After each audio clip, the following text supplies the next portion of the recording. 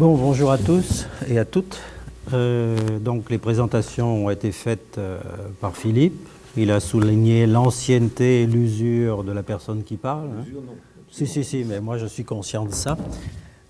Mais en même temps, qui dit usure dit accumulation, non pas forcément de poussière, mais quelquefois d'expérience et de connaissances. Une accumulation d'interrogations aussi, parce que la personne qui vous parle a beau être étiqueté enseignant, consultant, etc., etc.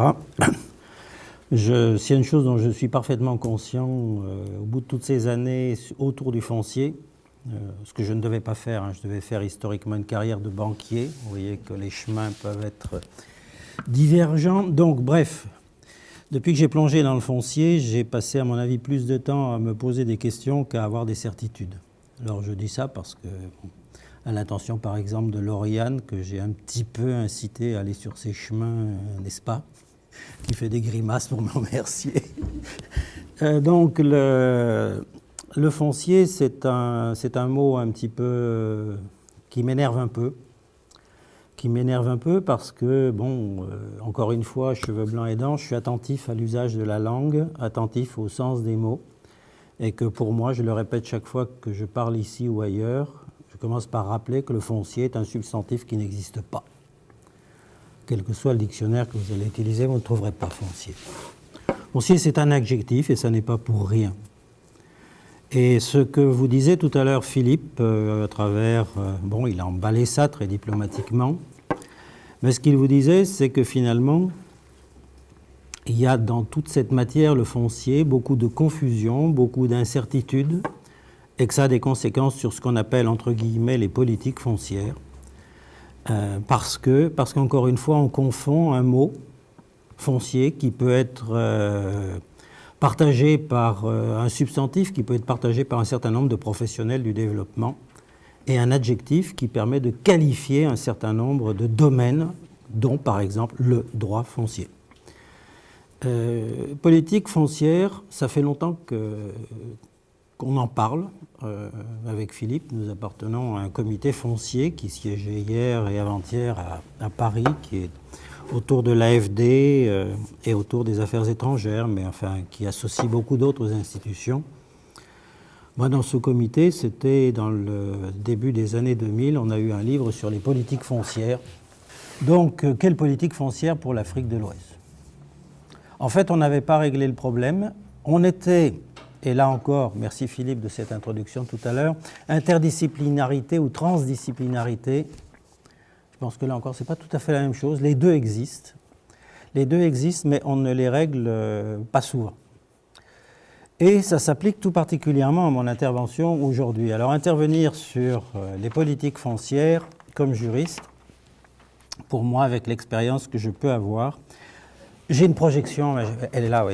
Je fais exprès de ne pas l'utiliser parce que de mon expérience, quand on regarde ce qui est au tableau, on n'écoute pas forcément de la même manière. C'est le côté, soi-disant, prétention pédagogique sans doute.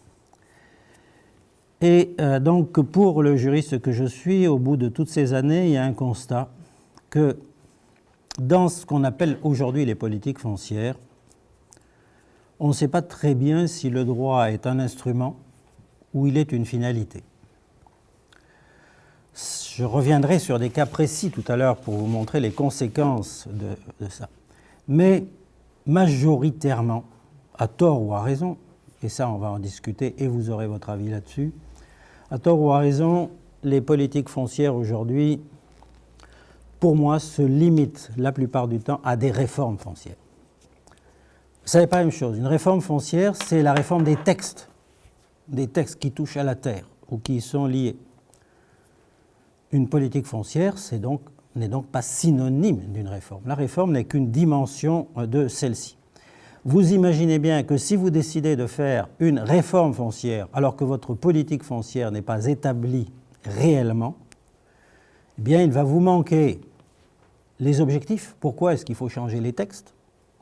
Il va vous manquer des informations utiles. Comment les changer ?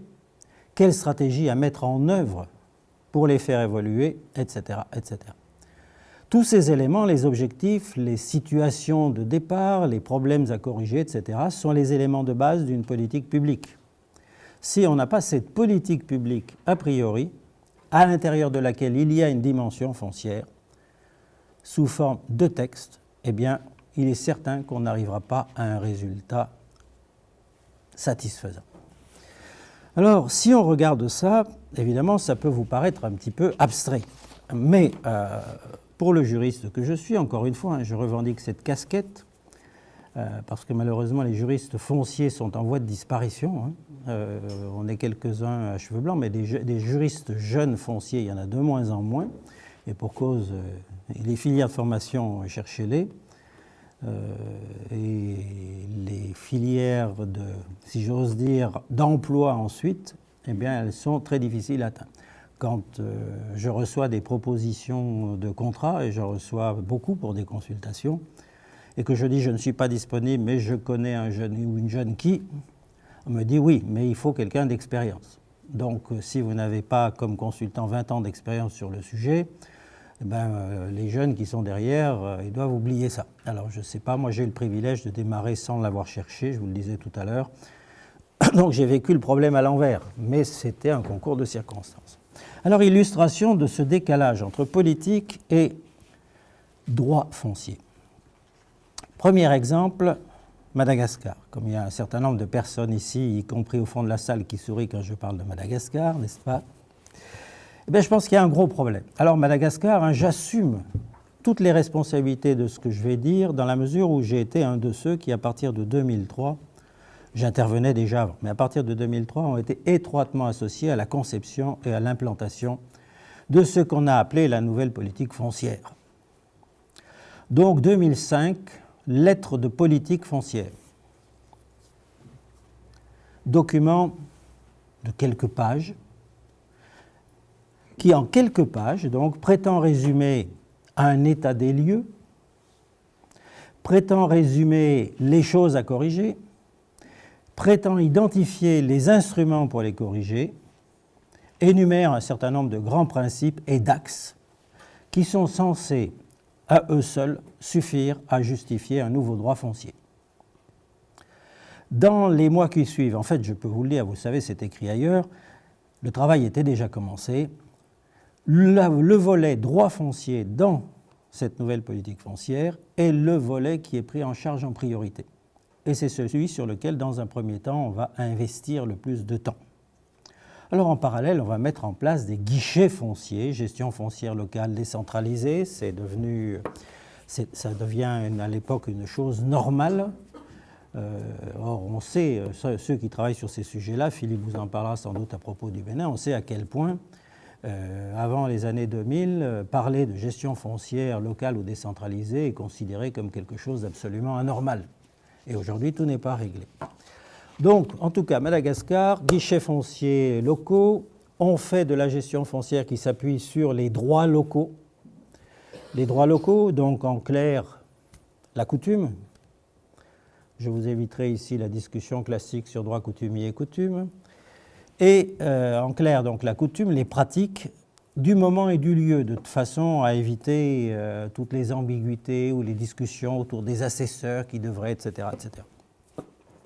Et cette gestion est conçue fondamentalement, et c'est ça qui est important, avec l'objectif de faire de la sécurisation foncière. Je dis bien de la sécurisation, pas de la sécurité, de la sécurisation.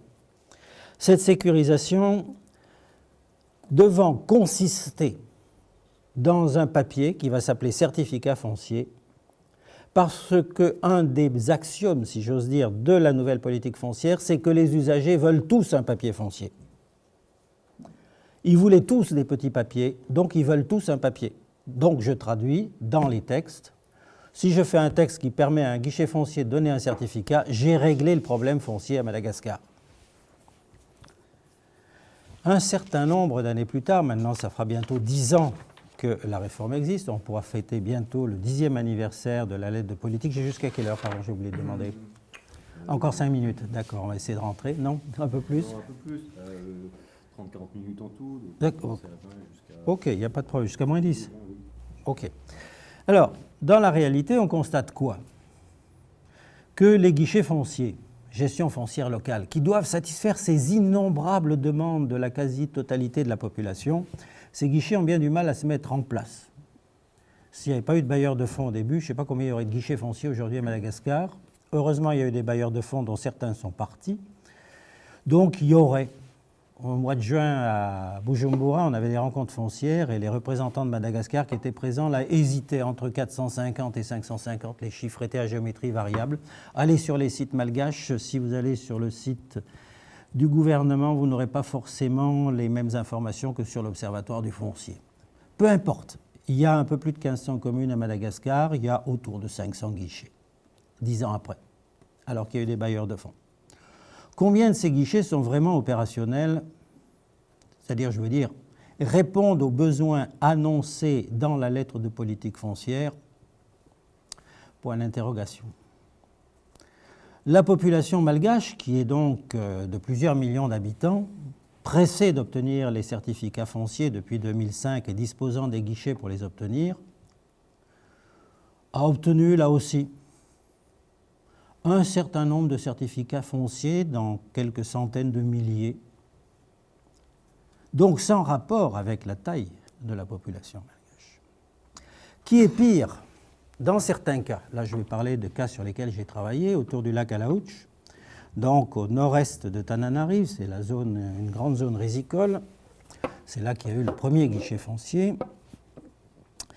On s'est aperçu que dans les endroits où il y avait des reconnaissances qui étaient faites de manière groupée pour des associations de producteurs, lorsqu'on reconnaissait X parcelles, donc, qui correspondent à des droits personnels ou à des droits familiaux, seulement 25% au maximum de ces reconnaissances justifiaient la production d'un certificat foncier.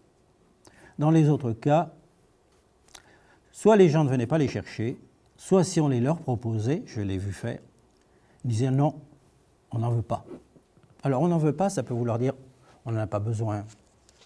Ça peut vouloir dire on n'a pas les moyens pour l'instant, mais alors là on dit on en veut, mais on payera à la prochaine récolte, après la prochaine récolte de riz. Mais le on n'en veut pas est quand même assez généralisé sur certaines zones, et alors en même temps il faut le spécifier, parce que dit comme ça brutalement, ça n'a pas beaucoup d'intérêt. Le on n'en veut pas correspond souvent à des terrains qui ont un statut familial par opposition à un terrain acheté. Grosso modo, tous les terrains dans ces zones-là, mais je retrouve les mêmes problèmes en Afrique centrale, que ce soit le Burundi ou que ce soit le Kivu. Quand on a un terrain qu'on achète, là on va aller demander un certificat. Comme s'il manquait une légitimité juridique à base de communauté familiale au niveau de la société. Et pour les autres, par contre, on n'en a pas besoin. À tel point qu'on constate que lorsqu'il y a le décès du détenteur d'un document, et au demeurant on retrouve là pour le certificat ce qu'on a vu pour les titres fonciers, la plupart du temps, le document va rester, alors je vais utiliser un mot malheureux, je reviendrai tout à l'heure pour dire à quel point il est mal géré, il va rester en indivision, mais sans que ce soit traité juridiquement chez les responsables administratifs ou les auxiliaires de justice, notaires et autres avocats, qui devraient normalement intervenir. Ce que j'en déduis, c'est que, quelque part, dans cette réforme foncière malgache, est-ce qu'on a réellement eu comme base d'appui un document de politique foncière? Et je réponds non. On avait une lettre de politique, au demeurant, je peux prouver qu'en 2005, enfin fin 2004, quand on a commencé à parler de la lettre de politique, personnellement, je n'étais pas d'accord. Je trouvais qu'on allait trop vite et qu'un certain nombre d'éléments n'étaient pas suffisamment analysés.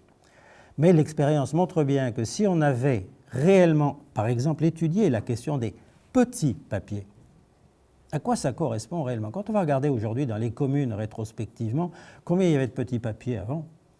Ce n'est pas des dizaines de milliers comme les parcelles, c'est quelques centaines, quelques milliers par an dans les plus grandes communes. C'est tout. Donc ça n'avait pas été regardé. Est-ce que les gens veulent un certificat foncier, veulent à tout prix un papier? Je sais que c'est le rêve de De Soto, auteur cher à mon voisin de droite. N'est-ce pas, Philippe? Mais, non, je peux le dire à ta place, après tu corrigeras. Mais on a réellement là, si vous voulez, une illustration flagrante de ce genre de situation où, quelque part, on peut s'interroger, est-ce qu'avec cette manière de faire, qui vise à faire de la sécurisation, est-ce que finalement on ne commet pas une erreur magistrale, encore une fois en confondant les mots, je l'ai dit tout à l'heure, sécurisation n'égale pas sécurité. Ce n'est pas un hasard s'il y a deux mots dans la langue. La sécurité, c'est l'État. On est vraiment en sécurité. Sécurisation, c'est un processus. Tant qu'on ne sait pas ce que la sécurisation doit produire pour être conforme aux attentes des usagers concernés, juridiquement au moins, on perd son temps.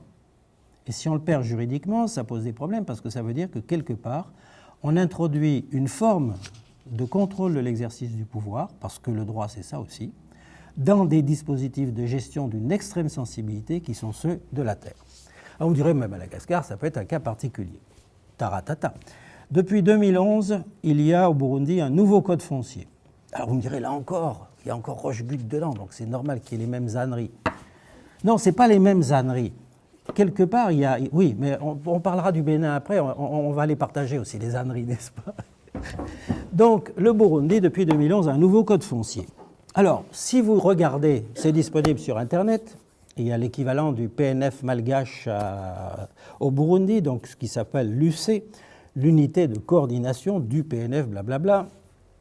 Donc, il y a un site foncier. Vous allez trouver la lettre de politique foncière du Burundi.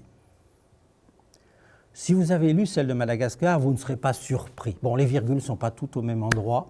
Et puis on a quand même ajouté des points pour montrer qu'il y a une situation particulière, puisque dans cette lettre de politique foncière du Burundi, on évoque la question des réfugiés et des personnes de retour, qui est évidemment un problème considérable, parce que dans les pays où la taille des parcelles utiles est entre 0,3 et 0,5 hectares, quand vous devez faire revenir des dizaines de milliers de personnes qui n'ont pour vivre que l'accès à la terre, il est sûr que ça complique les choses. D'autant plus qu'il n'y a même plus un malheureux parc national à redistribuer. Sur les cartes, ils figurent encore, mais dans la pratique, ils sont tous très largement squattés. Donc, l'aide de politique foncière à peu près cohérente avec celle de Madagascar, à défaut de l'être avec la situation burundaise. À l'époque, un bailleur de fonds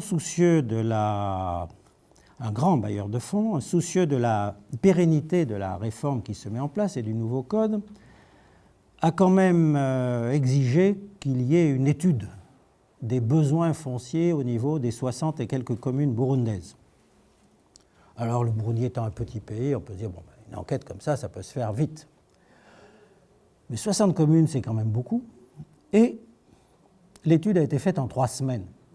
Atelier de restitution compris, avec les administrateurs qui étaient deux maires, qui sont élus, mais qui sont donc l'équivalent des maires, et qui s'appellent administrateurs pour ne pas s'appeler bourgmestre, parce que ça c'est ce qu'on fait au Rwanda, donc on ne va pas faire la même chose au Burundi. Et donc, enquête foncière, bâclée. Bâclée. Là aussi, je peux le prouver, je n'ai pas changé d'avis depuis l'époque. Bref, on sort un compte foncier qui va reprendre les mêmes principes et les mêmes idées, j'allais dire la même idéologie, en partie, que celle de Madagascar. Par exemple, on retrouve l'obsession d'un papier. Tout est conçu pour arriver à un papier. Toute la logique de la réforme foncière, les textes, sont liés au papier. Papier, il ne faut pas sous-estimer ce que ça veut dire pour un juriste. Papier, ça veut dire qu'il doit y avoir un bien exclusif. Alors quand on parle de foncier, c'est souvent un bien géométriquement délimité. On le fait pour les titres fonciers, on va le faire pour les certificats. Alors géométriquement, ça veut dire qu'il y a eu des géomètres qui sont venus implanter des bornes, que l'administration valide, qu'on calcule la surface, éventuellement au centimètre carré près avec les instruments modernes. Intérêt nul, puisque de toute façon, il n'y a pas de fiscalité. Mais bon, il est quand même mieux de montrer à quel point on fait de la reconnaissance foncière sur des grandes images avec des parcelles bien dessinées que d'essayer d'expliquer qu'il y a un emberlificotis de faisceaux de droit qui ont tous leur importance, et parce qu'ils reconstituent des associations de droits de propriété mais qui portent sur des biens fonciers qui ne sont pas forcément, encore une fois, la parcelle elle-même. Mais ça, on l'oublie. Donc, il faut un bien, il faut un acteur, personne juridique identifiée, alors qui doit être physico-moral, hein, le jargon est toujours le même. Physique, c'est l'individu, moral, c'est l'association, la fondation, donc sans but lucratif, ou ceux qui ont un but lucratif, donc les sociétés, entreprises commerciales. La famille, le village, la communauté plus ou moins élargie. Pour un juriste, ça s'appelle entité. La preuve, Côte d'Ivoire, réforme sur le domaine foncier rural, fin des années 90. On va parler des entités qui gèrent des droits coutumiers et on va produire un décret qui va dire que pour que ces entités existent, il faut qu'elles soient transformées en associations de propriétaires fonciers. Bref, le serpent se mord la queue, on applique des solutions de juristes à des problèmes qu'on caricature juridiquement pour essayer de trouver des réponses à des absences de politique foncière. Résultat, quand vous êtes dans le cas du Burundi, je ne prendrai qu'un seul exemple, très particulier, ce qu'on appelle les paysanats, parce que c'est tout à fait passionnant, que ça fait 1 an que je travaille là-dessus comme un malade et que j'ai traumatisé un certain nombre de personnes il y a quelques semaines à Bujumbura avec cette affaire-là. Paysanat, qu'est-ce qu'on raconte au Burundi sur le paysanat avant le code foncier? Alors, paysanat, c'est une zone que l'administration coloniale a remembrée, donc a structurée à des fins agronomiques en tenant compte de critères de production, de taille d'exploitation, de rotation des parcelles, etc. Et qui accueille un certain nombre de paysans sur des lots composés au Burundi de 10 parcelles, qui permettent donc rotation, habitation, reboisement, etc. C'est une structure très intéressante. Et donc ce qu'on raconte à Bujumbura, c'est que le paysanat est donc installé sur le domaine privé de l'État, après avoir exproprié ou non des détenteurs coutumiers, et qu'on a passé des contrats avec les détenteurs de l'eau, les attributaires de l'eau. Ils ne peuvent pas les céder, sauf accord de l'administration du paysanat, donc cession y compris, hein, succession. Ils ne peuvent évidemment pas les couper en morceaux, ça doit rester entier, ça doit être exploité selon les normes prévues, etc., etc. Et donc on peut avoir une espèce de jouissance familiale reconduite du moment que les conditions techniques et juridiques sont respectées. Réalité, donc, on m'avait dit, il y a un texte sur les paysanats. Et le Code foncier de 2011 a été fait sur l'idée qu'il y avait un texte sur les paysans. Ça fait 1 an que je cherche ce maudit texte. Il n'y a pas de texte. Il n'y en a pas. Il n'y en a pas parce que la base du paysanat pour l'administration belge, et notamment l'administration en charge du développement agronomique, la base du paysanat, c'est le territoire foncier coutumier. On ne touche pas à ce territoire. On commence par l'identifier, voir s'il y a des opportunités d'amélioration agricole, s'il y a des besoins environnementaux.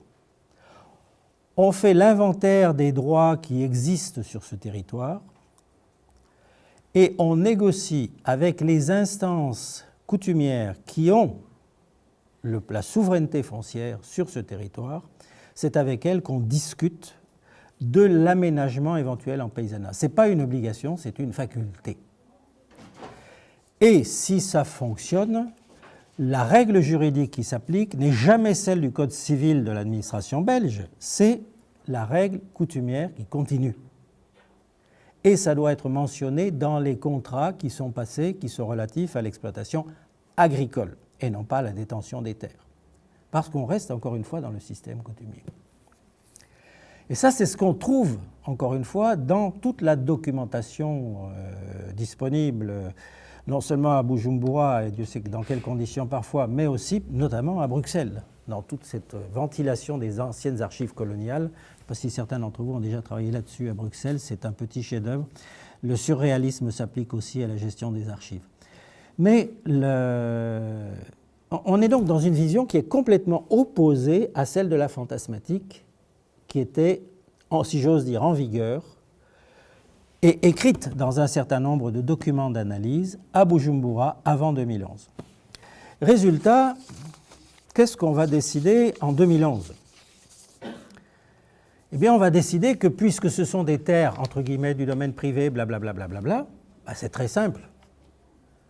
Il faut régler ce problème, l'administration n'est plus capable de le faire, donc une disposition transitoire du Code foncier prévoit que les occupants des lots de paysanat pourront obtenir la propriété de ces lots si leur occupation a été régulière et légale.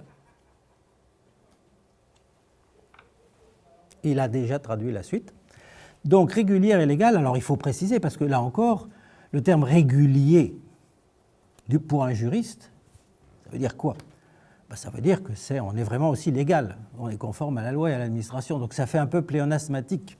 Le problème, c'est que ce n'est pas du tout ça. Régulier veut dire, dans l'esprit de ceux qui ont rédigé cet article dans les couloirs de l'Assemblée nationale à la dernière minute, ça veut dire conforme au dispositif technique de gestion des parcelles, donc aux règles d'agronomie, de météo, de désinsectisation des parcelles, etc., etc. Et par opposition, il y a le côté légal. Et donc, il faut que le paysan puisse établir qu'il est en règle des deux côtés.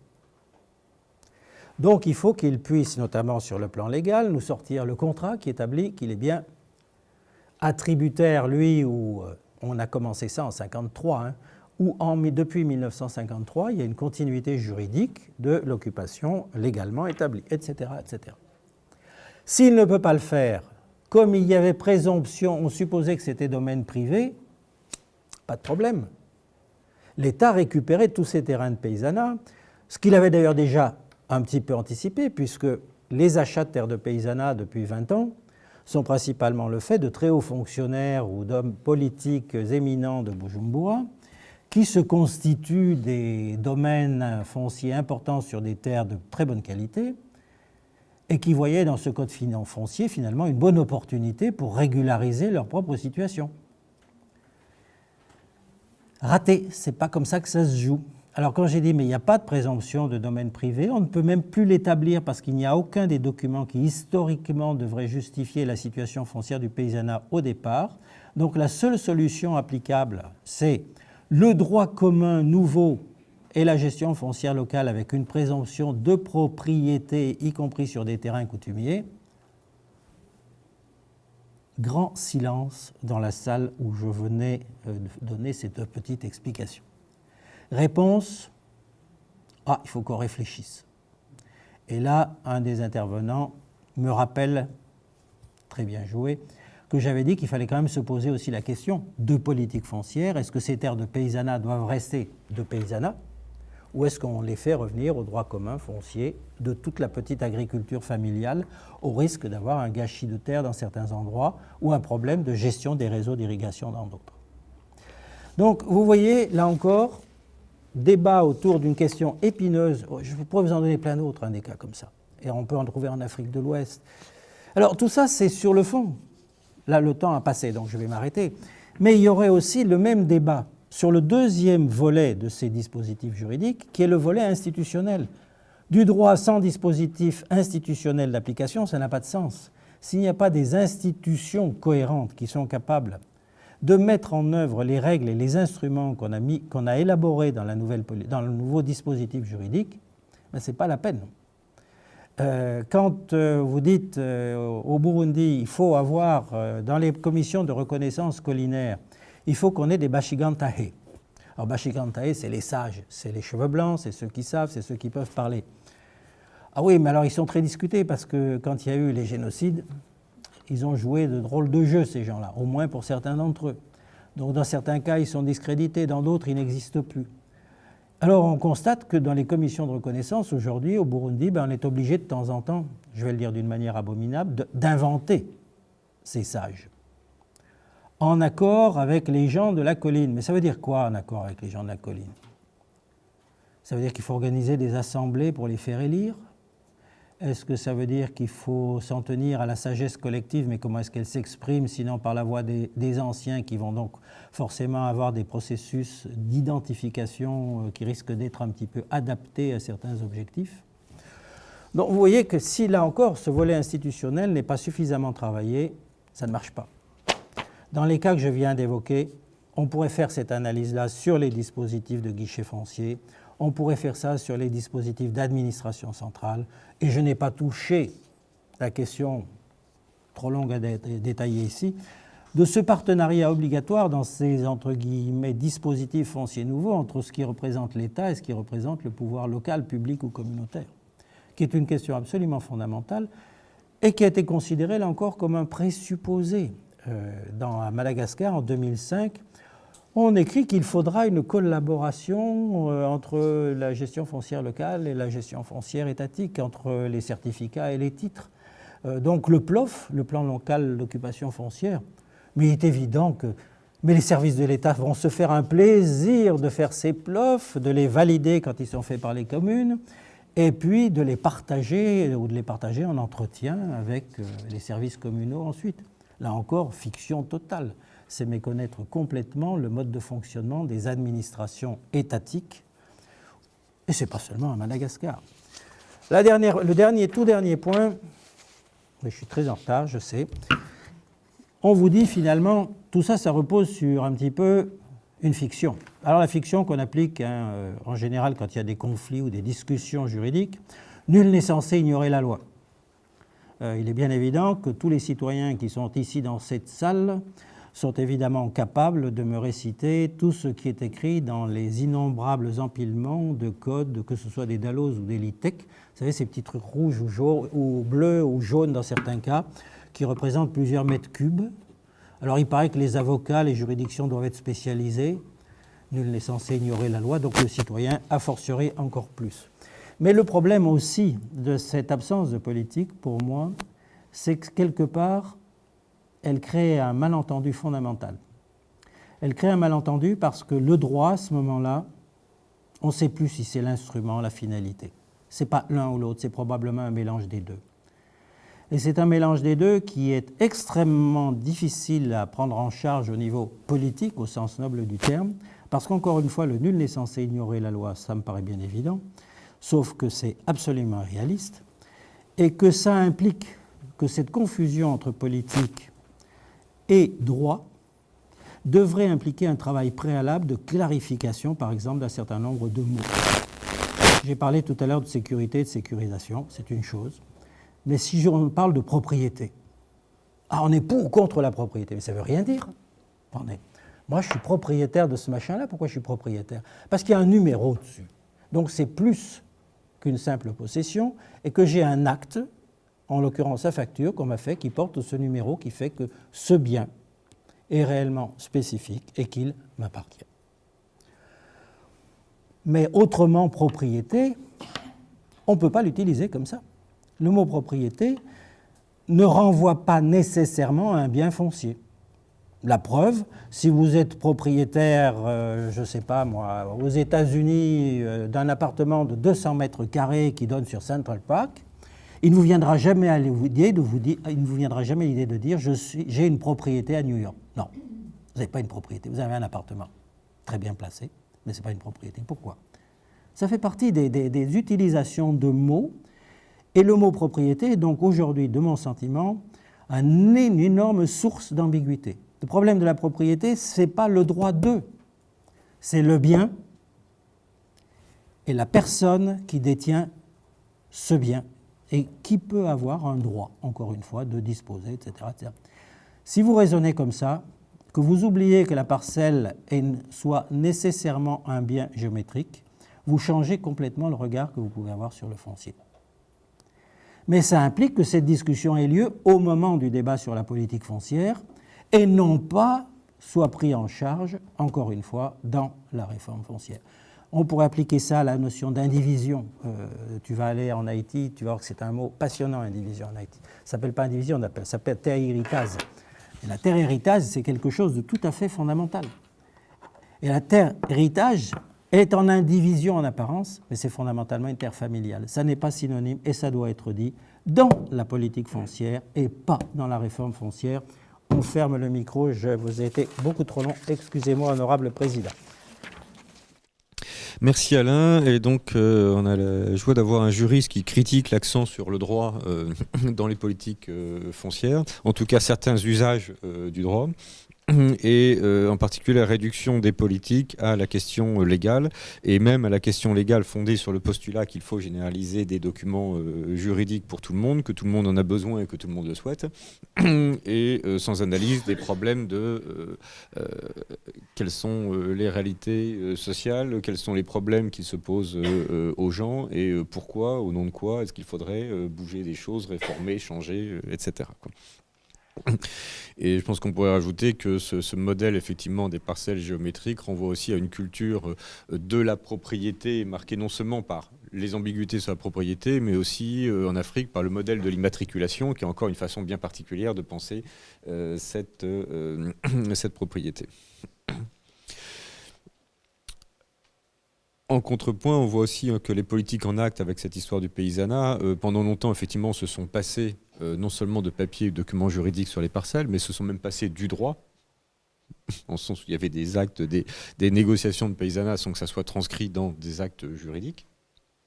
Et ce qui pose la question de pourquoi est-ce qu'aujourd'hui, effectivement, cette idée qu'il faut généraliser la distribution de documents juridiques à l'ensemble des gens devient finalement une telle évidence qu'on ne la pose même plus, alors que c'est une évidence, dans les politiques, dans les débats de politique foncière, quelque chose qui est relativement récent et qu'on peut dater finalement du tournant néolibéral, de tout l'accent sur l'état de droit et et enfin, ceci a une histoire qui est intéressante aussi à questionner. Donc on a une bonne, ou 3/4 d'heure, même c'est super, 3/4 d'heure de débat. Et donc on ouvre à prendre 3-4 questions, permettre à Alain de répondre, et puis un deuxième ou un troisième round. Merci Alain pour cette présentation très intéressante. Je reviens rapidement sur donc, des points clés de ta présentation, à savoir donc, finalement l'absence de politique formelle en tant que telle, politique publique, c'est-à-dire l'expression des objectifs et des orientations d'un gouvernement. Penses-tu que cette absence formelle empêche l'étude de la politique? Est-ce que la politique ne peut pas s'exprimer finalement par d'autres biais? Est-ce que les intentions d'un gouvernement doivent-ils être écrites noir sur blanc, donc sur un livre, pour qu'on puisse les étudier? Pour prolonger la question sur les objectifs, effectivement, est-ce qu'à travers les différentes expériences dans différents pays, est-ce que tu connais des cas où effectivement on peut formaliser des objectifs qui soient effectivement inconstruits d'une consultation participative et inclusive? Quid justement de ces rédactions de lettres de politique, des entrepreneurs de politique publique, de comment ça se passe en fait, que ce soit pour les politiques foncières ou d'autres politiques. Ensuite, cette option des petits papiers, qui aujourd'hui, on se dit effectivement le coche a été manqué, ou pas, ou est-ce que c'est encore une autre illusion de... Mais en tout cas, pourquoi en 2003-2005, cette option n'a pas été retenue? Qu'est-ce qui s'est passé en fait, à ce moment-là? Quels étaient les acteurs en présence qui fait que en fait, le cap n'a pas été plus orienté vers cette utilisation et se baser sur ces petits papiers? Est-ce que justement c'était parce qu'il y avait le poids de l'administration? Est-ce qu'il y avait justement le poids des juristes qui étaient là? Est-ce qu'il y avait une dépendance de sentier avec justement le besoin de papier, de cartographie, etc. Et pour troisième et dernière question, il y a quand même eu dans la réforme malgache, donc c'était une réforme foncière, donc beaucoup porté sur la réforme du droit. Il y a quand même un dispositif institutionnel qui a été créé. Il y a eu une espèce d'ingénierie autour de ce guichet foncier. Effectivement, donc on peut discuter de la pertinence de ce guichet, de son articulation avec la commune et des personnes justement qui géraient les petits papiers au niveau local. Mais quel est ton sentiment par rapport à la possibilité justement des communes de se réapproprier ces guichets fonciers, ou d'une politique qui, chemin faisant, pourrait réorienter ou réouvrir les fonctions de ce guichet-là? Et par rapport au constat qu'il y a toujours une opposition de l'administration et des blocages, est-ce que finalement, dans ces dispositifs institutionnels, est-ce qu'il faut aller vers plus d'isolement entre un local et une administration centrale. Bon, alors merci à toutes les deux. Et merci à toutes les deux en particulier de me donner l'occasion de dire tout ce que je n'ai pas pu dire, qui était prévu mais que je n'avais pas le temps de dire. Parce que ça rejoint effectivement, c'est toute une partie que j'avais envisagée, mais c'est l'éternel problème, c'est qu'on n'a jamais le temps de tout dire. La question de Lauriane, c'est est-ce que cette absence de politique, finalement, elle empêche une politique de s'exprimer? Ben, je dirais non, bien sûr que non, c'est bien ça le problème. Si au moins ça empêchait, mais ça n'empêche pas. Ce que je veux dire par là, c'est que si votre politique foncière ou ce qui en tient lieu, donc pratiquement rien, actuellement par exemple au Burundi, comme je le disais, et c'est un des problèmes aujourd'hui, par exemple, dans un pays voisin, en RDC, il y a une réforme foncière qui se prépare. Il y a un désaccord tellement fondamental sur les objectifs de ce que pourrait être une politique foncière que pour l'instant, rien ne bouge. Il y a deux camps. Il y a deux stratégies qui se développent. D'un côté, les notaires, un certain nombre d'investisseurs, un texte qui donne une priorité absolue à la propriété titrée. Alors ce texte a failli être adopté, puis il est reparti dans les tiroirs. Et puis de l'autre côté, il y a un certain nombre d'autres acteurs qui essayent de travailler sur une prise en compte de la réalité coutumière, parce qu'elle est encore très forte, avec des géométries variables, mais elle est encore très forte dans ce pays-là. Donc quand je dis, oui Lauriane, c'est vrai, ça n'empêche pas. Mais le problème, c'est que il y a une politique officielle, si je peux le caricaturer. Pour moi, à ce moment-là, ça veut dire qu'il y a une politique officielle, entre guillemets, qui s'oppose à une réalité politique de terrain, qui est celle des usagers.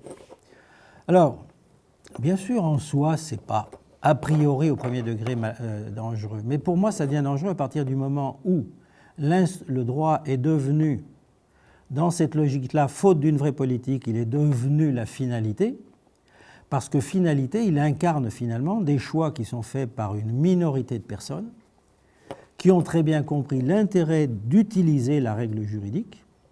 Et on le voit, encore une fois, je parlais tout à l'heure du Burundi, je vous ai parlé des paysanats, on pourrait dire la même chose des terres de marais. Quand le code se préparait, on savait que les terres de marais allaient être en partie privatisées, et on a vu se construire des tas de murs autour de zones de marais au Burundi. Et ce n'étaient pas des murs au profit des communautés coutumières qui étaient autour dans les collines, pas du tout.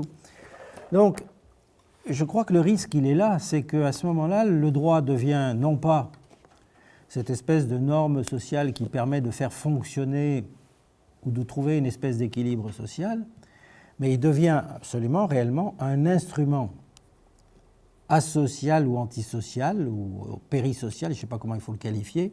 En tout cas, pour moi, ce n'est plus du droit. Il y a sûrement une légalité, mais là je vais le faire sourire parce que ça fait longtemps qu'on en parle, mais il n'y a sûrement pas de légitimité. En tout cas, il y a une légitimité au profit d'une minorité.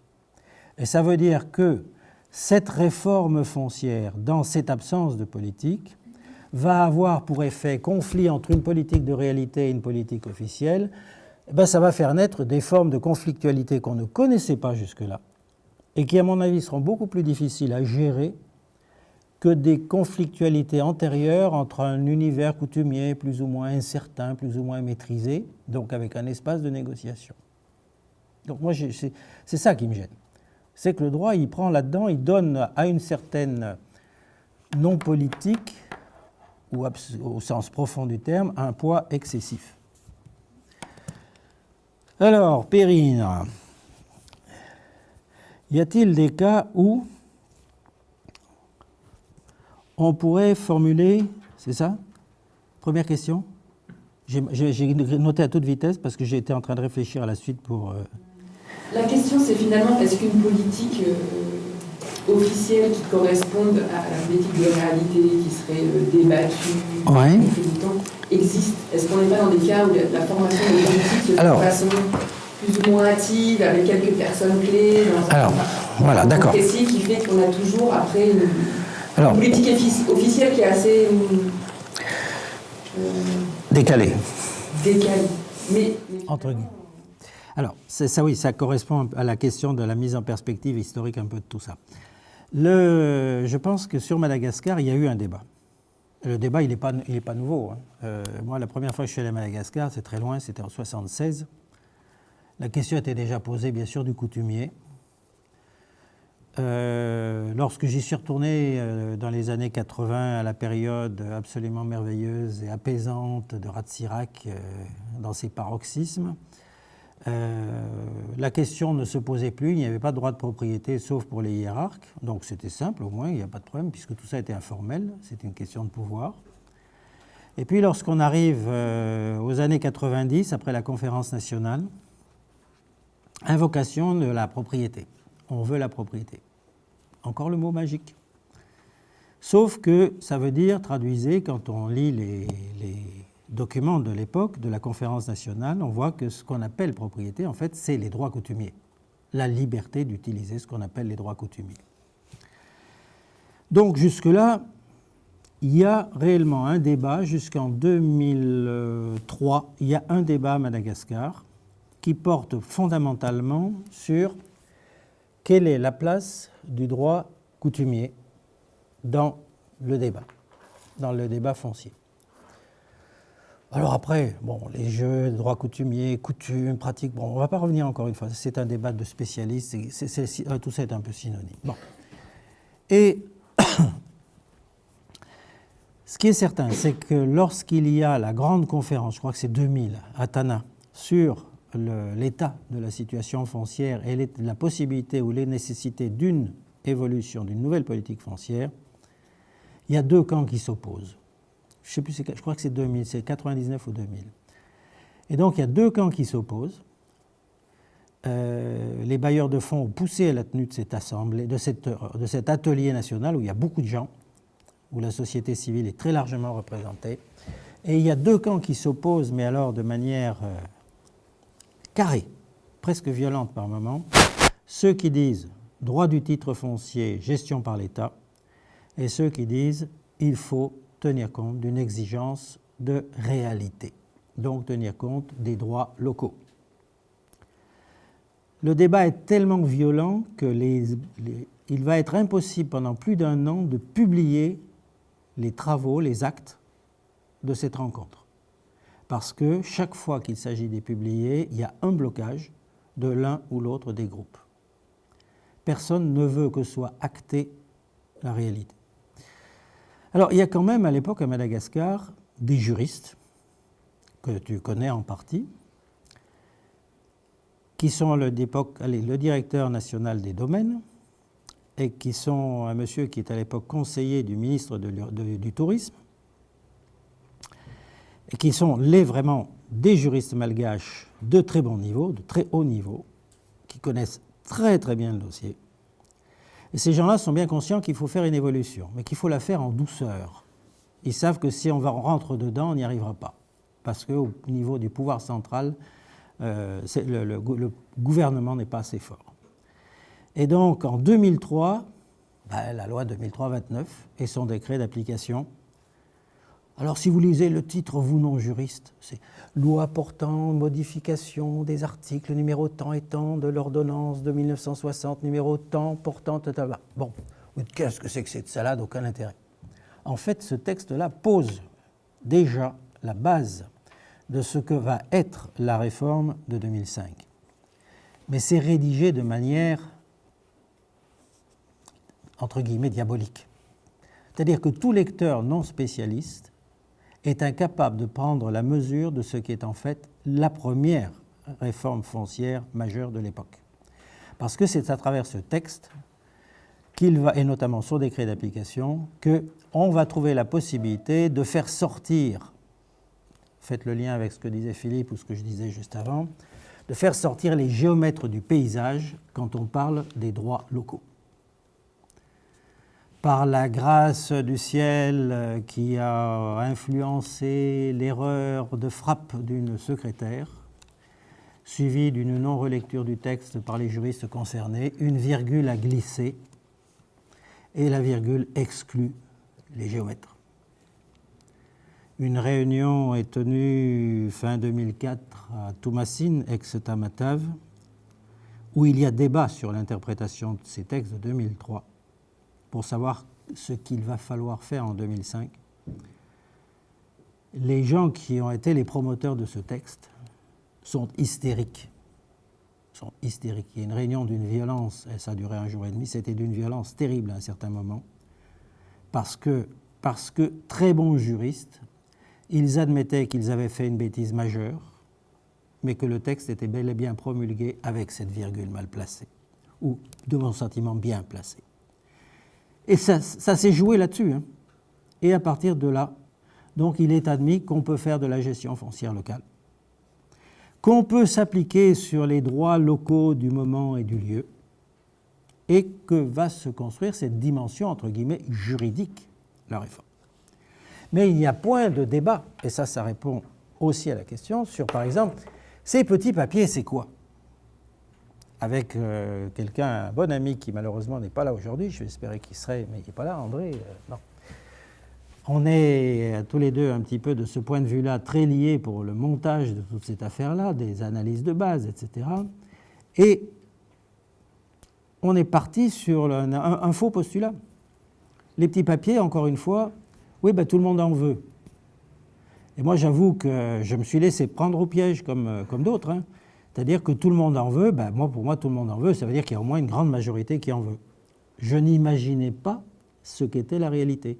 Or, si on avait voulu faire une vraie politique foncière sur le sujet, il aurait fallu évidemment, ce que tu suggérais il y a quelques minutes, s'interroger plus sur cette dimension petit papier. Est-ce que vraiment, en soi, c'est une finalité? Le papier. Ce n'est pas du tout évident. Encore une fois, ça répond à nos réflexes du Nord, d'une société extrêmement personnalisée, individualisée. Et donc, chacun doit pouvoir, entre guillemets, protéger ses droits, avoir ceci garanti. Mais tout ça, c'est une logique individualiste. Il ne me viendrait pas l'idée de penser que mon droit de foncier dans l'appartement, l'immeuble que j'habite, est garanti par les autres membres de la copropriété. Alors que quelque part, si j'étais dans une communauté villageoise, ça serait le cas. Je n'aurais pas d'état d'âme, je serais chez moi. Parce que les autres dans l'immeuble diraient il est chez lui, comme lui il dira qu'on est chez nous.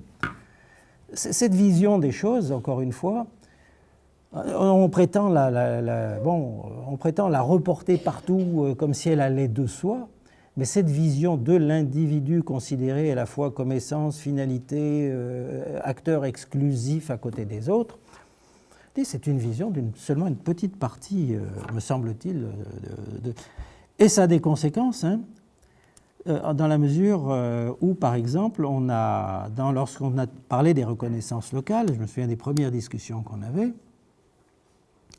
il fallait évidemment qu'on puisse avoir reconnaissance locale, ce n'était pas seulement physiquement sur le terrain, c'était aussi une reconnaissance au sens identification et légitimation des droits par les parties concernées pour qu'elles puissent être prises en charge, ces éléments puissent être pris en charge dans un document.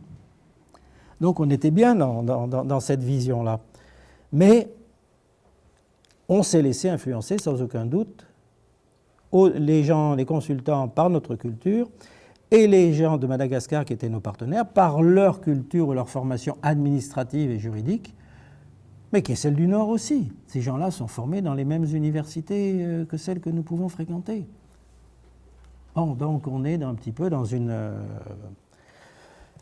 Alors, donc ça a réglé un petit peu donc, les petits papiers. Ben voilà, j'ai donc répondu un petit peu en même temps. Je pense que ces petits papiers, encore une fois, c'était, de ce point de vue-là, on aurait dû travailler plus.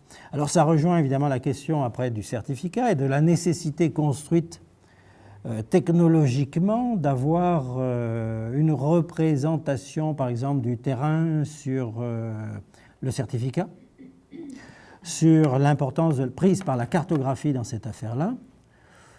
Ça, dès le départ, alors moi, par contre, j'étais là-dessus toujours extraordinairement réservé. Moi, j'aime bien, je sais qu'un SIG, c'est un outil passionnant à utiliser quand on a les moyens.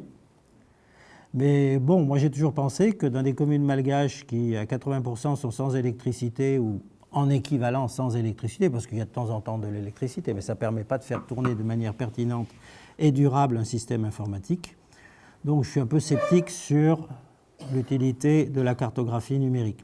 D'autre part, à quoi sert une cartographie numérique si, sur le plan juridique, elle fait disparaître les superpositions ou les partages de droits, et si, sur le plan technique, elle n'a aucune utilité, ni en termes d'aménagement du territoire, ni en termes de fiscalité. Donc, qu'est-ce qu'on en fait? On fige des espaces à notre manière, on les rend exclusifs, parce que, encore une fois, la question a été posée il n'y a pas longtemps, on a dit, mais ah oui, non, mais le cadastre, là, il a un défaut, hein, il ne traduit pas les droits coutumiers, notamment les familiaux, il ne montre pas. Mais on ne sait pas faire ça, puisque pour l'instant, la base d'un cadastre, c'est quand même le découpage du terrain et non pas le découpage des droits. Et que si on se met à découper en fonction des droits, ça devient passionnant, mais la carte foncière qui permet de représenter le territoire villageois devient extrêmement difficile à utiliser et à tenir à jour. Mais elle est passionnante, ça peut se faire, hein. Ça peut se faire. Mais c'est un autre regard culturel. Alors, dispositif institutionnel, enfin, bien sûr qu'il y a des communes, alors il y a des communes à Madagascar, tu le sais aussi bien que moi, qui ont fait leur guichet foncier sans aucun appui. Ranoument, au nord du lac Alaouch, est une commune qui a monté son guichet foncier en disant « nous, bailleurs de fonds, on n'en veut pas ». Deuxièmement, l'important, c'est que les gens puissent payer et puissent être sûrs de leurs droits. Donc, on va faire bien sûr, il faut faire un certificat, parce qu'ils ont entendu le mot, c'est qu'on fait des certificats, donc ils essayaient d'être à peu près en cohérence avec la loi, donc ils font du certificat. Mais quel certificat? Ils font en fait un carnet foncier fiscal. C'est-à-dire que le certificat, au lieu d'avoir 2 pages avec description de la parcelle, des ayants droit, etc., il y a après un certain nombre de pages qui allaient jusqu'à 2023, des pages découpées comme ça en colonnes et en lignes, donc avec des cases, et on passait à la commune tous les ans, on payait 1000 ariars, donc je ne sais pas au taux actuel ce que ça donne, il ne doit pas rester grand-chose maintenant, 1000 ariars, il reste quoi? Il nous reste 30 centimes, oui, non, ça n'a pas trop changé. Donc 30 centimes d'euros, vous venez, et ça c'est tout à fait accessible hein, dans les moyens des paysans, surtout au moment de la récolte, vous venez, un coup de tampon, on signe et donc on valide votre certificat foncier pour une année de plus. Donc l'investissement initial était de 1000 ariars, tout à fait jouable. La politique de reconnaissance des droits était faite comme on le fait ailleurs, avec les rayamandrines, donc les cheveux blancs du lieu, avec des représentants de la commune et avec les voisins. On enregistrait les droits constatés, on faisait le certificat et un coup de tampon tous les ans pour tenir à jour. Malheureusement, au bout de quelques années, ça s'est arrêté. 2 explications. L'explication officielle, le maire n'était pas certain que ça soit conforme avec le dispositif légalement établi. 2e explication en coulisses, beaucoup plus réaliste et vérifiable sur place. Le maire était parti à Toumassine avec la caisse de la commune et ne revenait pas dans la commune. Mais il était toujours maire, donc on ne pouvait plus signer de certificat foncier. Voilà, donc enfin, dernier point, la collaboration avec les services de l'État. Là, encore une fois, moi je pense que le système qui a été mis à Madagascar, souffre, encore une fois, de la culture importée. Pourquoi? Parce que dans notre culture juridique et institutionnelle importée, il y a une dimension de hiérarchie des textes qui est extrêmement importante, et il y a une dimension de hiérarchie des institutions, qui rejoint au demeurant la hiérarchie, ce sens de la hiérarchie des pouvoirs, qui est si important à Madagascar, comme tu le sais. La parole de pouvoir, c'est la clé à Madagascar des compétences publiques. Et plusieurs maires de la région du lac dont je parlais tout à l'heure, à plusieurs reprises, quand on parlait de leurs activités, de ce qu'ils pouvaient faire, je disais « mais ça, vous pouvez le faire, monsieur le maire ». « Ah ben non, je n'ai pas reçu les instructions de Tana. » C'est écrit dans la loi, vous avez cette compétence ? Non, je n'ai pas reçu l'autorisation de Tana. Donc ça remonte bien avant l'administration française. Hein. Il y a eu l'administration française, certes, mais avant, il y avait déjà la royauté malgache, qui était un outil de pouvoir et d'instrumentalisation juridique extrêmement fort. Et cette culture-là, elle est restée. Et donc, bon gré, mal gré, il y a le titre foncier et il y a le certificat foncier. Ceux qui gèrent les titres, c'est l'État. Ceux qui gèrent le certificat, ce sont les communes. Donc, ils sont secondaires. Et c'est pour ça qu'on est dans un système qui, pour moi, est très bien illustré par les centres de conseil mis en place il y a 2 ans, c'est ça ? Les centres de conseil pour la formation, la gestion foncière locale. L'État met en place des centres de conseil, alors que l'État n'a aucune expérience, pas plus que les communes, en matière de gestion foncière décentralisée, puisque ce n'est pas un transfert de compétences, mais c'est une nouvelle compétence. Et que le problème de la nouvelle compétence, en termes de droit de la décentralisation, on ne sait pas bien faire. Prenez tous les manuels de droit des collectivités territoriales, locales, etc., que vous pouvez trouver dans les bibliothèques juridiques, en France au moins. Transfert, oui. Délégation, oui. Innovation. Comment peut-on imaginer dans un système de décentralisation qu'on puisse innover au niveau local, inventer des choses qui n'existaient pas au niveau central? Ce n'est pas le moindre des paradoxes de notre culture décentralisée très française. J'ai été encore un peu long, mais je pense qu'il faut mettre de la substance. Moi, j'ai suivi ton exposé avec beaucoup d'attention. Alain, je te reçois 5 sur 5. J'ai l'impression qu'en fait, j'essaie de traduire dans le langage d'anthropologue du développement. Ce que tu décris, c'est des processus qui devraient être éminemment politiques et se transforment en dispositifs complètement techniques. Ça, c'est bien connu. Il y a des travaux notamment de Ferguson très intéressants sur cette question-là, pas sur le foncier, mais qui exposent exactement cette question-là. C'est-à-dire qu'il y a un aplatissement progressif des choses, c'est-à-dire que de politique, on passe au droit, de faisceau de droit, on passe à bien géométrique, de finalité, on passe à moyen, etc. On voit bien, tu décris bien ces processus-là. Alors le problème, c'est après disons, il n'y a pas de fatalité à ce que ces processus restent techniques, d'accord ? Le problème, c'est que là, qui pose le problème, justement, du réenchâssement dans le politique ? Parce que j'ai l'impression que toi, tu le poses. Sur le terrain, je ne sais pas qui le pose. J'ai l'impression que tu parles de société civile, je ne sais pas si ça existe. Je ne sais pas s'il y a des associations paysannes qui sont porteurs d'un discours qui viserait à réenchasser les droits locaux, etc. Enfin, ce qui pose fondamentalement le problème de ce que c'est qu'une politique publique dans nos contextes. Et voilà. C'est une question tout à fait différente. Je reviens sur le tout début de votre introduction, quand vous avez parlé du fait que vous êtes très peu de juristes, et que vous êtes peut-être le seul, c'est un sujet que je ne connais pas du tout, de juristes spécialistes en droit foncier et capables d'intervenir maintenant.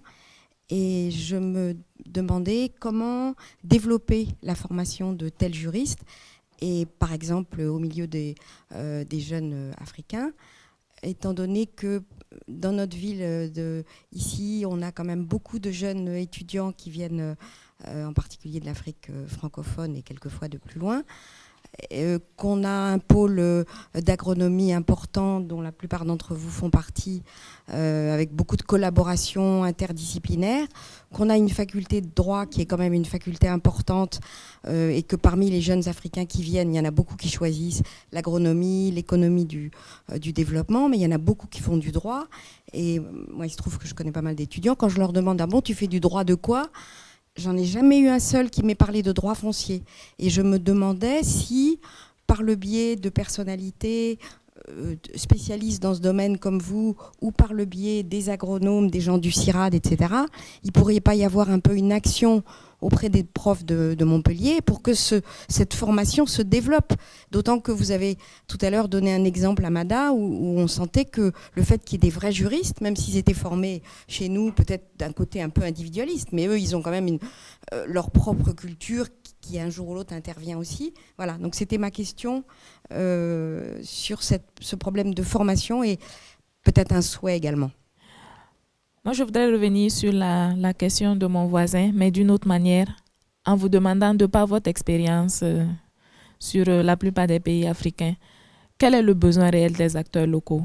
Parce qu'on est dans un contexte vraiment où les politiques foncières semblent se construire, ou plutôt les réformes foncières sont en train d'être mises en place, mais quel est le besoin véritable des acteurs locaux? Merci. Bonjour et merci. Je vais rejoindre aussi la première question, puis la troisième. Donc, je travaille au Laos sur un projet de développement du bambou. Donc, c'est pas l'Afrique. C'est un pays sans société, avec une société civile très faible, avec des dispositifs institutionnels assez faibles aussi. Et en fait, quand on travaille sur le terrain et dans un projet de développement, on est en contact avec les populations, avec les coutumes, etc. Comment on peut faire remonter des politiques publiques? Comment on peut arriver à faire remonter toutes ces expériences terrain aux politiques? Alors, 10 minutes pour le tout. La pause est à 45. Oui, mais je m'en méfie. Donc ça veut dire un quart d'heure. Merci Philippe. Jean-Pierre. Alors, processus politique qui se transforme en processus technique. Je ne suis pas sûr. Moi, c'est un processus politique au sens noble qui se transforme en processus politicien. Oui. Non, parce que la technicité est instrumentalisée. Le droit est instrumentalisé dans cette affaire-là. C'était un petit peu ce que je disais en conclusion. Ce qui, pour moi, est encore plus grave. Ce qui est encore plus grave parce que, au premier degré, ça aura des conséquences sans doute en termes de conflit. J'en ai parlé tout à l'heure, par exemple, sur les paysanats du Burundi, mais ça va contribuer encore un peu plus à un malentendu, entre guillemets, malentendu fondamental autour de la notion de ce que serait le foncier considéré sous l'angle du public, qui est une contrainte nécessaire dans une structure étatique. Donc ça, c'est un enjeu, je crois, qui est très important parce qu'il me semble, bon là c'est le côté Sciences Po qui reprend un peu le dessus, lorsque je regarde ce qu'on appelait la crise de l'État dans les années 80, puis qui a abouti à ce qui s'est passé au processus Henrion des années 90, on a cru qu'on avait modifié les choses ou rénové les choses. Je ne suis pas convaincu que les systèmes étatiques contemporains soient si différents fondamentalement dans les comportements des acteurs. Bon, ce n'est plus les mêmes acteurs, mais je ne suis pas sûr que les comportements personnels soient si différents maintenant de ce qu'ils étaient à l'époque, quels que soient les emballages. Alors, pas de fatalité, non, je ne pense pas qu'il y ait une fatalité, je pense simplement qu'il y a une extraordinaire difficulté à faire passer d'autres messages. Parce qu'encore une fois, on est dans un univers, il ne faut pas l'oublier, qui est bâti très largement sur une fiction selon laquelle un vote dit majoritaire serait déterminant de la légitimité des pouvoirs en place. Je m'en tiens à ça, je pense que de toute façon vous connaissez tous les situations. Et ça, je pense que c'est une vraie question. Et qui nous renvoie encore une fois à cette acculturation individualiste que j'ai évoquée tout à l'heure. Il y a des choses sûrement à réinventer et sur lesquelles il faudrait travailler. En général, quand on propose aux étudiants de travailler là-dessus, ils sont prudents, et je les comprends. Société civile. Alors, la société civile, il y a deux manières de la regarder. Il y a, est-ce que la société civile existe? Oui. Je me souviens de ces années au Niger, début des années 2000, il y avait 11 000 ONG déclarées à Niamey. Ça s'appelait société civile. Alors, comment est-ce qu'on gère une société civile de 11 000 ONG qui ne représentent pour la plupart d'entre elles qu'elles-mêmes ou les partenaires qui les financent du Nord et non pas forcément les gens du terrain? Je ne sais pas. Ça rejoint un peu la dernière question posée. Je ne sais pas. Je sais qu'on avait rêvé au Burundi d'avoir une société civile un peu structurée, qu'on a voulu avoir une plateforme des ONG, comme il y en avait une à Madagascar, la CIF, qui existait, elle, avant la nouvelle politique foncière. Mais malheureusement, ces structures-là ont un petit peu tendance tout de suite à devenir, pas forcément à faire du lobbying intelligent et de représentation, mais à tourner quelquefois un petit peu en fonction aussi de... Il faut comprendre, hein, il faut vivre de leurs intérêts. Je ne suis pas certain qu'il y ait une représentation réelle des attentes, ne serait-ce que parce que ça nous renvoie encore une fois à un problème de langage, hein, de compréhension des mots, des instruments. Ces ONG, elles ont besoin d'apprendre à travailler sur ces sujets-là. Jean-Pierre, tu étais au Burundi il y a quelques mois, on y était ensemble. Je ne sais pas si tu te souviens tu as eu l'occasion de discuter par exemple de la question des expropriations avec quelques ONG. Bon, dans un premier temps, le discours sur l'expropriation était caricatural et on a travaillé avec les ONG pendant 2 ans pour leur expliquer comment il fallait être capable de maîtriser la culture juridique de l'expropriation pour être capable de s'opposer vraiment et de manière fiable aux administrations étatiques en charge de ces procédures. Donc ça, c'est un travail de formation, d'apprentissage, qui prend du temps et qui exige qu'au préalable, on ne se contente pas de dire « mais les femmes doivent avoir accès au sol ». Ça ne suffit pas, le problème, il n'est pas là. Ce n'est pas que la femme ait accès au sol, pourquoi est-ce qu'elle n'a pas accès au sol, etc., etc. Il y a tout un travail d'analyse de base pour l'identification des problèmes fonciers susceptibles d'être pris en charge par la société civile, à la fois pour être capable de discuter les textes ou les projets administratifs qui sortent, et en même temps pour répondre à votre préoccupation, qui est celle de savoir comment est-ce que cette société civile peut contribuer à ces politiques foncières. Qu'est-ce qui peut remonter Parce que ça, c'est un point capital. Ce que je vous ai dit des terres de paysanat tout à l'heure, malheureusement, ça vient de la société civile. C'est un compromis société civile député à l'Assemblée, 8 jours avant le vote final du Code foncier, parce que la société civile est aussi mal informée que l'administration des réalités et qu'elle n'a pas les mêmes objectifs. Les faux fonctionnaires veulent avoir le contrôle des terres de paysanat et les paysans qui sont dessus, qui savent qu'ils sont dans une situation illégale, veulent à tout prix obtenir la légalisation. Autour de ces enjeux contradictoires, on s'en tire par une utilisation du droit qui devient pour chacun une finalité alors qu'il ne devrait être encore une fois qu'instrument. Il y a une confusion complète. Alors, ensuite, les problèmes de formation. Ah, chère madame, c'est gentil de poser ces questions-là. Bon, c'est gentil parce que, comme le savent quelques personnes dans cette salle, vous avez parlé de Montpellier. Pendant de longues années, je suis venu ici faire le cours de droit foncier à ce qui s'appelait à l'époque le CNEARC, devenu après l'IRC. Et puis après, on nous a expliqué que le diplôme dans lequel on faisait ces formations n'était pas approprié parce que les enseignants qui intervenaient, figurez-vous, n'étaient pas titulaires des institutions qui décernaient les diplômes en question. Donc vous voyez que les enjeux du développement sont parfois situés quelquefois très loin. Et encore, je ne fais qu'un résumé sous le contrôle de mon voisin. On est quelquefois très loin de ces réalités. Alors, formation à Montpellier, faculté de droit, oui, il y a des intérêts, mais ça bouge tout doucement. J'étais ici, il y a 15 jours, à la faculté de droit, où il y a eu un atelier fermé sur les questions de droit colonial et propriété.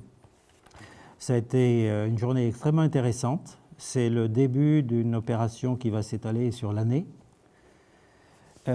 Pour l'instant, c'est une opération fermée, mais qui va s'ouvrir progressivement au public. Et pour un certain nombre d'intervenants qui étaient là, qui sont plus de la sphère ou de Montpellier, ou en tout cas de la sphère du Nord, ce que j'ai pu raconter, par exemple, la manière de positionner la question de la propriété, en tenant compte de ce que je vous disais tout à l'heure, ça a été un peu un problème. C'était un peu un problème parce qu'ils ne sont pas habitués, encore une fois, ils sont dans... Je dis, il y a un imaginaire foncier dans lequel le mot propriété a tout dit, alors que c'est fondamentalement le problème. Alors des étudiants, mais il y en a qui... Moi, je suis toujours... administrativement, j'ai passé l'âge d'avoir des responsabilités donc administratives, mais j'ai longtemps dirigé le master de droits africains, master recherche qui est à Paris 1, et ce master continue. Je fais encore le cours là-bas sur le droit de la terre et des ressources naturelles. Mais c'est essentiellement des étudiants africains, quelques étudiants venus d'ailleurs, donc de Gaulle, de Chine, non cette année j'ai pas de Chinois, des Italiens souvent. Mais ces gens-là, quand ils vont sortir de là, ils vont avoir deux problèmes. Même les meilleurs, ils vont avoir un problème de thèse. Là encore, Philippe, je te prends témoin. Combien de fois tu m'as demandé, j'ai un étudiant ou une étudiante qui cherche un patron de thèse pour faire une thèse de droit foncier. Moi, j'ai passé l'âge de pouvoir inscrire des gens. Alors, je le fais, mais en cachette. Il faut que je trouve un collègue ou une collègue qui est encore valide, qui accepte de prendre en inscription Philippe comme thésard, et le patron du travail, ça va être moi. Mais ça, c'est qu'un substitut. Or, les gens qui auraient dû rester dans cet univers-là, qui avaient fait du droit foncier, qui étaient capables de faire de la pédagogie, qui étaient capables d'encadrer des travaux, ces gens-là, ils essayent, et puis pour devenir professeur de droit, il ne faut surtout pas tenir des propos comme ceux que je tiens ici. Hein. Bon, moi j'ai le privilège, encore une fois, c'est derrière, donc je peux dire ce que je veux. Mais quand vous voulez être prof de droit, d'abord, si vous voulez faire du foncier, est-ce que vous êtes civiliste ou privatiste? Objection, votre honneur, c'est les deux à la fois. Ah, ben oui, mais les concours d'agrégation, c'est pas comme ça que ça se passe, ma bonne dame. Il faut choisir, vous êtes l'un ou l'autre. Donc on est dans un univers qui, de ce point de vue-là, est complètement stérilisant. Et j'ai eu quelques étudiants ou étudiantes extrêmement brillants qui, aujourd'hui, sont ailleurs. Alors si, il en reste en Afrique, des anciens de chez nous, des thésards, des gens qui ont fait de la thèse. Bon, Hubert Ouedraogo, c'est un ancien, etc. Mais en dehors de ces gens-là... Pardon ? Qui est grisonnant lui-même. Ben oui, il est très grisonnant aussi, pourtant il est plus jeune. Mais bon, ce que je veux dire, c'est que là encore, il y a pas d'intérêt officiel. Alors, on avait obtenu à Paris 1 que dans la nouvelle reformulation des masters recherche, puisqu'il y a une Xème réforme en cours, on nous avait demandé une nouvelle maquette. Et on a décidé que la maquette de droits africains allait être avec 2 options. Une option droit des affaires, parce que ça correspond réellement à des besoins, et que sur le discours droit des affaires, en dehors du discours dominant OHADA, il n'y a rien, alors que 80% des affaires sont hors OHADA, cherchez l'erreur. Là aussi, manque de politique sur la question de droit des affaires. Et une option, droit de la terre et des ressources naturelles. Ça fait 3 ans que le ministère nous dit « projet tout à fait passionnant, mais les décisions ne sont pas prises par l'administration centrale. Et donc, il faudra attendre. » Alors, les dernières nouvelles, je les ai eues. Quel jour sommes-nous ? Nous sommes mercredi. Elles datent de vendredi dernier. Ça ne sera pas la rentrée 2015, hein. Heureusement d'ailleurs, parce que maintenant, ça sera un peu juste. Si tout va bien, 2017. Si tout va bien. Mais votre master sera prioritaire et vous aurez des moyens pour le faire. Ça vaut mieux parce que, d'abord, moi, je ne serai pas très longtemps encore dans le paysage, mais surtout, il faut pouvoir obtenir de nouveau des postes et il faut pouvoir, sur un master comme celui-là, en tout cas sur l'option droit de la terre, il faut forcément avoir ça ne pourra se faire qu'avec des gens de Montpellier, qu'avec des gens, etc., etc. Donc, on y pense, mais on se heurte encore une fois à un univers dans lequel, je dis, c'est très, très, très difficile. Pour soutenir ma propre thèse, il m'a fallu 1 an pour trouver une université qui accepte de me prendre en direction de thèse. Je ne dis pas un prof, je dis une université, parce que j'étais tout et rien à la fois. Alors, enfin, les besoins réels des acteurs locaux, les 2 dernières questions se recoupent un petit peu. Vous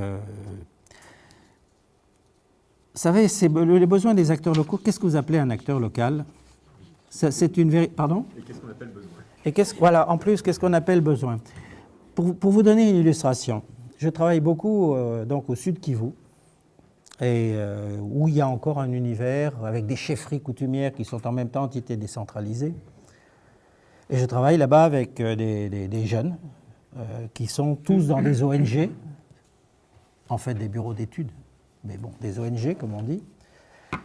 Et l'un d'entre eux, dont je n'utiliserai que le prénom, qui s'appelle Jean-Baptiste, et qui est un type absolument remarquable.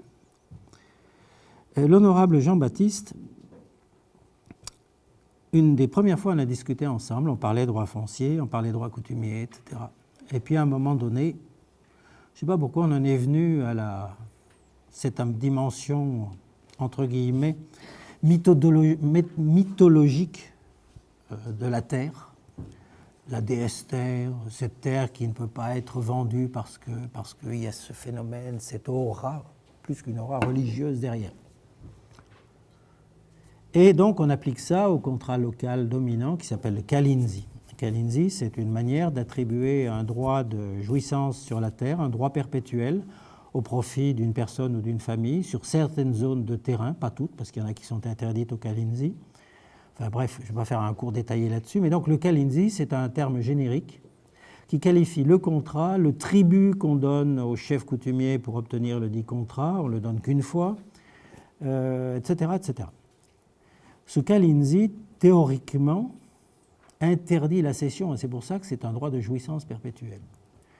Je dis à Jean-Baptiste, tu vois, c'est bien, c'est cohérent avec la coutume.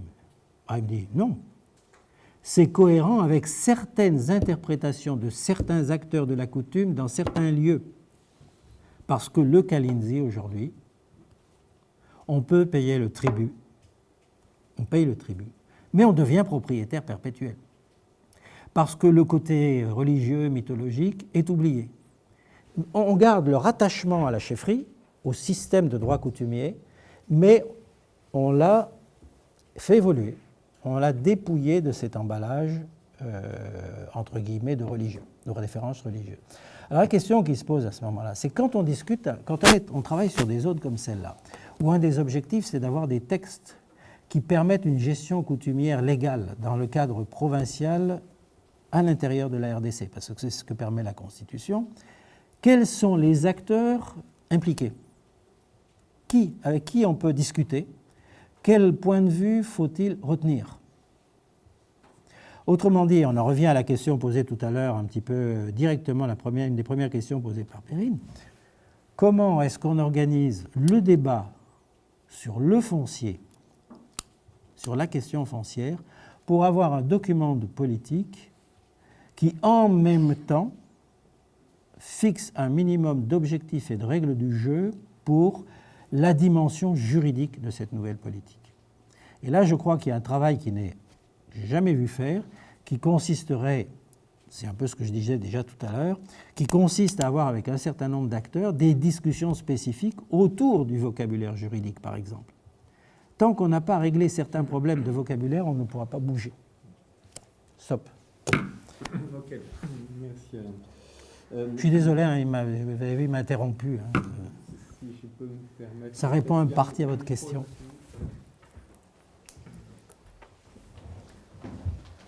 Je suis désolé, hein, il me faisait des signes, arrête. Si je peux me permettre juste 2 mots avant de passer à la pause. Sur la question de l'appauvrissement ou de la dépolitisation qui est évoquée, il me semble qu'on a plutôt une non-politisation au sens de non-ancrage sur des enjeux de société et sur des débats de politique au sens propre du terme, et au contraire un centrage sur les policies d'une façon qui est dès le départ finalement technicisé ou au service de certains intérêts. Et c'est pas un appauvrissement, c'est une absence de politisation du débat, quoi. Alors, sur le papier, il me semble que sur cette demande de papier, il me semble que c'est intéressant, c'est quand même, ça émerge aussi dans une phase de sortie d'État autoritaire, sur laquelle le monopole de l'État sur les terres utilisées par des régimes autoritaires amenait à extrêmement d'abus de pouvoir, et peut-être que ça se joue aussi dans cette revendication de propriété, ou le fait que certains disent, pour échapper à cette mainmise de l'administration, pour échapper aux abus de pouvoir, alors il faut effectivement avoir un papier. Alors, on ne va pas recommencer le débat là-dessus, enfin, c'est une question que j'amène dans la discussion. Et enfin, par rapport effectivement à la question de la difficulté à faire passer le message, si effectivement il y a des clivages si forts entre des logiques d'intérêt telles que tu l'avais décrit, la question c'est faire passer le message à qui ? Vers qui, et ça renvoie effectivement à la question d'une part de la société civile, des acteurs locaux, etc., et avec tous les problèmes de termes, de façon de penser, de décalage successif des façons de poser les problèmes qu'il faut pour être capable de poser dans des termes qui font sens, quoi. Et là, effectivement, c'est un des enjeux auxquels se confrontent beaucoup des processus de réforme, et je pense qu'on aura quelques illustrations dans les autres cas de la journée.